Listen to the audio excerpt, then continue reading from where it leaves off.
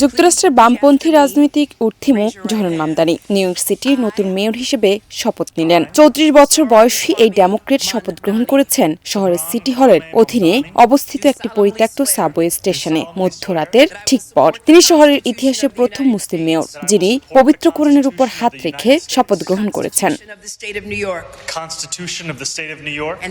শপথ গ্রহণের অনুষ্ঠানে পবিত্র কোরআনের উপর হাত রেখে শপথ নেওয়া হয়েছে, যা নিউ ইয়র্ক সিটির ইতিহাসে একটি নতুন রীতি। তার ব্যক্তিগত ও সরকারি দুটি শপথ অনুষ্ঠানের জন্য মোট ৩টি বিশেষ কোরআন ব্যবহৃত হয়েছে।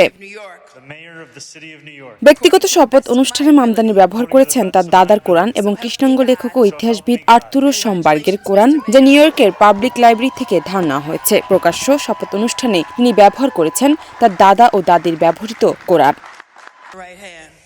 এই শপথ অনুষ্ঠান শুধু ধর্মীয় আচারেই সীমাবদ্ধ নয়, এটি নিউ ইয়র্কের বৈচিত্র্যময় ধর্ম, জাতি ও সংস্কৃতিকে সম্মান জানানোর প্রতীক হিসেবেও দেখা হচ্ছে। নিউ ইয়র্ক পাবলিক লাইব্রেরির কিউরেটর হিবা আবিদ বলেন, এটি ধর্ম, ব্যক্তিগত পরিচয় এবং শহরের ইতিহাসকে এক সুতোয় গেঁথে দিয়েছে।